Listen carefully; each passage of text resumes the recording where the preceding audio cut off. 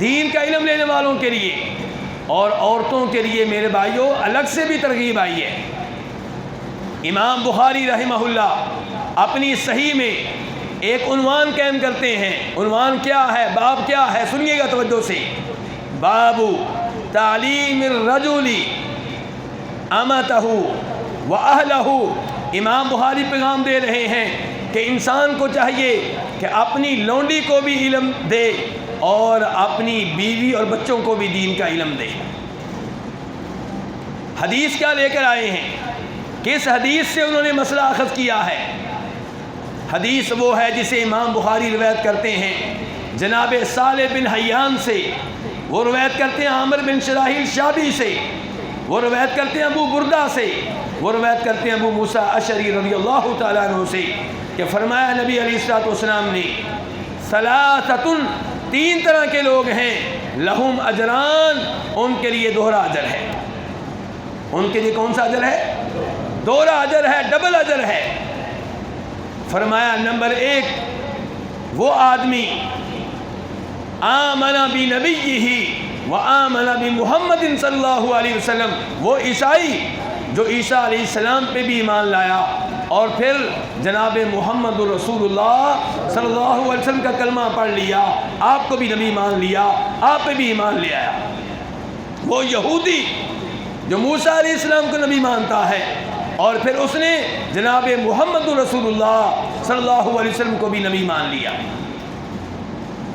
دوسرے نمبر پہ وہ آدمی جو غلام ہے، اللہ کا حق بھی ادا کرتا ہے اور اپنے مالکوں کا حق بھی ادا کرتا ہے۔ میرے بھائی یہ حدیث دھیان سے سنیے گا، کامیاب انسان وہ ہے جو رب کا حق بھی ادا کرے اور اپنی فیکٹری کے مالک کا حق بھی ادا کرے۔ کامیاب انسان وہ ہے جو رب کا حق ادا کرے اور جس دکان میں کام کرتا ہے اس دکان کے مالک کا بھی حق ادا کرے۔ کامیاب انسان وہ ہے جو اللہ کا بھی حق ادا کرے اور جس سکول میں ٹیچر ہے اس سکول کے بچوں کا بھی حق ادا کرے۔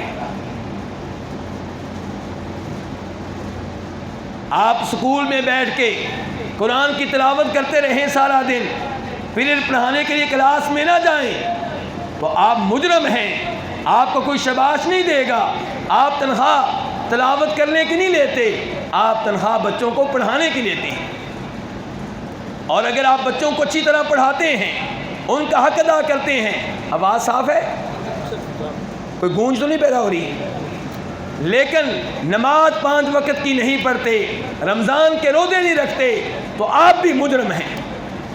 کامیاب انسان وہ ہے جو رب کا حق بھی ادا کرے اور اپنے مالکوں کا حق بھی ادا کرے۔ میرے بھائیو یہ سرکاری جو بلڈنگیں ہوتی ہیں، سکول یا یہ سرکاری ٹرین وغیرہ، انہیں نقصان پہنچانا کتنا ثواب ہے؟ جی اللہ سے ہمیں ڈرنا چاہیے۔ آج لوگ سمجھتے ہیں کہ شاید بجلی چوری کرنا جائز ہے، کیوں جی؟ سرکار کی ہے۔ سکول کی چیزیں اٹھا لینا جائز ہے، کیوں جی؟ سرکار کی ہیں۔ حکومت کی چیزوں کو نقصان پہنچانے کو جرم نہیں سمجھا جاتا۔ عمران خان آپ کو دیکھے یا نہ دیکھے، اللہ دیکھ رہا ہے۔ یہ چیزیں آپ کے پاس امانت ہیں۔ اور تیسرے نمبر پہ فرمایا نبی علیہ الصلوۃ والسلام نے، وہ آدمی جس کے پاس لونڈی ہے، جس سے میاں بیوی والا تعلق قائم کرتا ہے، لیکن اس کے باوجود اسے علم دیتا ہے، اچھے انداز سے، پیار سے، بدتمیزی نہیں کرتا، اس کو تکلیف نہیں دیتا، اس کو پریشان نہیں کرتا، اسے آداب سکھاتا ہے، اچھے انداز سے سکھاتا ہے، پھر اس کو آزاد کر دیتا ہے، پھر اس سے شادی کر لیتا ہے، فرمایا اس کے لیے بھی دوہرا اجر ہے۔ امام بخاری پیغام یہ دے رہے ہیں اس حدیث کے ذریعے کہ جب لونڈی کو آپ دین کی تعلیم دیں گے تو دوہرا اجر ہے، تو بیوی کو دینی تعلیم دیں گے تو کتنا اجر ملے گا؟ یہی امام بخاری ایک اور حدیث سے مسئلہ اخذ کرتے ہیں۔ مسئلہ یہ اخذ کرتے ہیں، میرے بھائی توجہ چاہوں گا آپ کی، کہ عورتوں کے لیے الگ پروگرام کیا جا سکتا ہے جہاں عورتوں کو دین کے مسائل بتائے جائیں، دین کا علم دیا جائے، جہاں پہ عام طور پہ مرد نہ ہو، تقریر کرنے والا چاہے مرد ہو۔ حدیث کون سی لے کر آئے ہیں؟ حدیث وہ جسے روایت کرنے والے جناب ابو سعید خدری رضی اللہ تعالیٰ عنہ ہیں۔ کہتے ہیں کہ نبی علیہ الصلوۃ والسلام سے ایک دفعہ عورتوں نے کہا، اللہ کے رسول، غلبنا علیک الرجال، آپ سے علم لینے کے معاملے میں، آپ سے فائدہ اٹھانے کے معاملے میں مرد ہم سے آگے نکل گئے، ہم پیچھے رہ گئی ہیں، ہمیں الگ سے وقت دیں، ہمارے لیے کوئی نہ کوئی دن مقرر کریں جہاں پہ مرد نہ ہوں، صرف ہم ہوں۔ تو نبی علیہ الصلوۃ والسلام نے عورتوں کے لیے الگ سے دن مقرر کیا، عورتیں ایک جگہ جمع ہوئیں، آپ نے عورتوں کو وعظ و نصیحت کی اور انہیں بہت سی احادیث بتائیں۔ ان احادیث میں سے ایک حدیث یہ بتائی کہ جس عورت کے 3 بچے فوت ہو جائیں اور وہ صبر کا مظاہرہ کرے، یہ 3 بچے اسے جہنم کی آگ سے بچانے کا سبب اور ذریعہ بن جائیں گے۔ ہماری سوچ کیا ہے؟ بڑی یہ منحوس عورت ہے، 3 بچے فوت ہو گئے۔ حدیث کہتی ہے اگر صبر کیا ہے تو کامیاب عورت ہے، یہ 3 بچے اسے جہنم کی آگ سے بچانے کا سبب بن جائیں گے۔ ہماری ان عورتوں کو شعور کون دے گا جو اس عورت کو آ کے پریشان کرتی ہیں جس کے 3 بچے فوت ہو چکے ہوں، اس کے گلے لگ کے نوحہ کرتی ہیں، اسے بھی ثواب سے محروم کرنے کی کوشش کرتی ہیں اور یہ سمجھتی ہیں کہ تعزیت کا حق اس نے ادا کیا جو گلے لگ کر خوب روئے اور رلائے، جبکہ تعزیت کا مقصد کیا تھا میرے بھائیوں؟ جو رو رہا ہے اسے چپ کرانا۔ اور میرے بھائیوں، تعزیت کا مقصد کیا ہے؟ جس کا والد فوت ہوا، جس کی بیوی فوت ہوئی، جس کے بیٹے فوت ہوئے، جس کے بھائی فوت ہوئے، اسے آپ تسلی دیں، صبر کی تلقین کریں، رو رہا ہے اسے چپ کروائیں، اسے بتائیں آپ کیوں روتے ہیں، اللہ کی امانت تھی، اللہ نے واپس لے لی، ہم بھی جا رہے ہیں، اگر اللہ نے 1 بیٹا لے لیا ہے کیا ہوا، 3 بیٹے آپ کے گھر میں موجود ہیں، اگر اللہ نے آپ کے 3 بیٹے لے لیے ہیں کیا ہوا، ابھی آپ خود زندہ ہیں، اللہ آپ کو بچے دے گا، آپ کا خامن موجود ہے، آپ پریشان کیوں ہوتی ہیں؟ اسے خوشخبری دیں کہ آپ صبر کریں گی تو آپ کو یہ اجر و ثواب ملے گا۔ لیکن ہم کہتے ہیں کہ نہیں، اس کو تو کوئی پریشانی نہیں ہے، یہ افسوس کرنے کے لیے آئی، روئی ہی نہیں ہے، سائڈ پہ ہو کے بس بیٹھی رہی ہے۔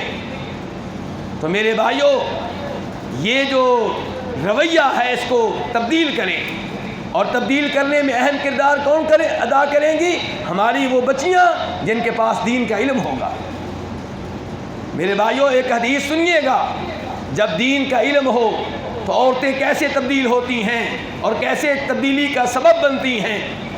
امام بخاری رحمہ اللہ روایت کرتے ہیں جناب زینب بنت ام سلمہ رضی اللہ تعالی عنہا سے۔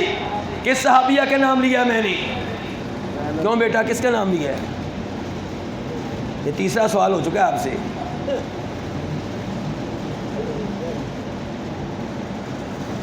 ہاں جی، کدھر گیا چھوٹے بچے؟ نظر ہی نہیں آ رہے اب۔ جی بیٹا، آپ دونوں ٹوپی والے تھوڑے اوپر ہوئے تھے، ذرا بتائیں نا کس صحابیہ کے نام لیا میں نے؟ ہاں جی چلیں، داڑھی کے بغیر جو میرے بھائی بیٹھے ہیں ان میں سے کوئی بتائے کس صحابیہ کے نام، جو داڑھی کے بغیر بیٹھے ہیں، جو داڑھی کے بغیر بیٹھے ہیں ان میں سے کوئی بھائی بتائے۔ چاہے داڑھی شیو کرتے ہوں، چاہے بڑے ہوں چاہے چھوٹے ہوں، جو داڑھی کے بغیر ہیں کوئی بتائے ان میں سے۔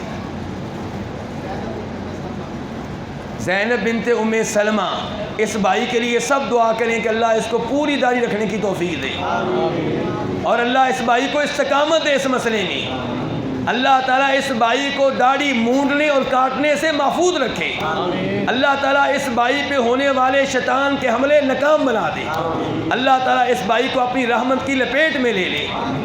تو میرے بھائیو، زینب بنت ام سلمہ ہے رضی اللہ تعالی عنہا، کہتی ہیں کہ جب ام حبیبہ رضی اللہ عنہا کے والد فوت ہوئے، ام حبیبہ کے والد کا نام کون بتائے گا؟ مدرسے والے نہ بتائیں، علماء نہیں، طالب علم نہیں، دوسرے کوئی بھی بتائے۔ جی ابو سفیان، اللہ آپ کا بھلا کرے، اللہ آپ کی زندگی میں برکتیں ڈالے، آپ کے رزق میں برکتیں ڈالے۔ ابو سفیان کہیں رضی اللہ تعالی عنہ۔ ہم تمام صحابہ سے محبت کرتے ہیں، ہم ان کے ساتھ نہیں ہیں جو ایک صحابی کی عزت کرتے ہیں دوسروں کو برا بھلا کہتے ہیں۔ تو ام حبیبہ کے والد فوت ہوئے، ابو سفیان 3 دن جب پورے ہو گئے، ام حبیبہ نے خوشبو منگوائی اور اپنے چہرے پہ لگائی، رخساروں پہ لگائی۔ سوال پیدا ہوا کہ خوشبو لگانے کا کیا جواز ہے؟ سگا باپ فوت ہوا ہے، خامد بھی زندہ نہیں ہے۔ ام حبیبہ کے خامد کون تھے بیٹا؟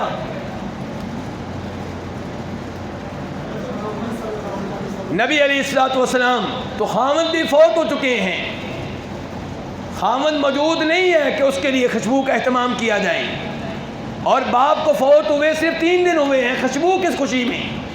کہتی ہیں واللہ ما لی بالطیب من حاجہ، اور تو سن لو اللہ کی قسم مجھے خوشبو لگانے کی کوئی حاجت نہیں ہے، کوئی ضرورت نہیں ہے، لیکن میں نے خوشبو اس لیے لگائی ہے کہ میں نے جناب محمد رسول اللہ صلی اللہ علیہ وسلم سے یہ سنا تھا کہ کوئی بھی ایسی عورت جس کا صحیح معنوں میں اللہ پہ ایمان ہے اور آخرت پہ ایمان ہے، اس کا جب کوئی فوت ہو جائے تو اس کے لیے جائز نہیں ہے کہ 3 دن سے زیادہ سوگ منائے، سوائے خامن کے کہ خامن کا سوگ منانا واجب ہے 4 مہینے 10 دن تک۔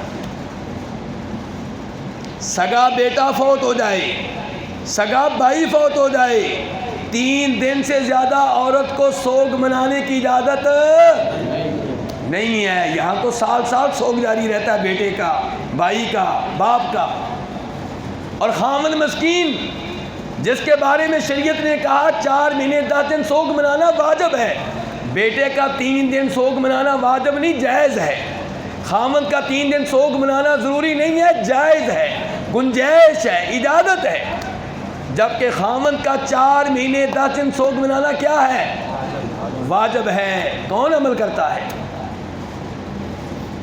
کیا آج کسی عورت میں جرأت ہے کہ چوتھے دن خوشبو لگائے؟ ایمان کی کمی ہے، اس میں بھی جرأت نہیں ہے۔ لگائے گی تو باقی عورتیں بھی تنقید کریں گی، حوصلہ افزائی نہیں کریں گی۔ تو میری اور آپ کی یہ بہنیں گناہ کروانے کا سبب بن رہی ہیں، ان کی تربیت کون کرے گا؟ یہی زینب بنت ام سلمہ کہتی ہیں کہ پھر میں نے ایک اور منظر دیکھا، زینب بنت جحش ام المؤمنین، ان کے بھائی فوت ہوئے، 3 دن پورے ہوئے، خوشبو منگوائی، چہرے پہ لگائی، بازو پہ لگائی، اور انہوں نے بھی وہی الفاظ کہے تھے کہ اللہ کی قسم مجھے خوشبو کی کوئی حاجت نہیں ہے، صرف اس لیے لگا رہی ہوں کہ نبی علیہ الصلوۃ والسلام نے کہا تھا کسی بھی عورت کے لیے 3 دن سے زیادہ سوگ منانا جائز نہیں ہے، سوائے اس کے کہ خاوند فوت ہوا ہو۔ میرے بھائیوں، فوتگی کے موقع پہ، شادی کے موقع پہ عورتیں وہ حرکتیں کرتی ہیں کہ مرد بھی مغلوب ہو جاتے ہیں، ہمت ہار جاتے ہیں کہ اب فوتگی کا موقع ہے، کتنا روکیں۔ کبھی کہتے ہیں کہ شادی کا موقع ہے، کتنا روکیں۔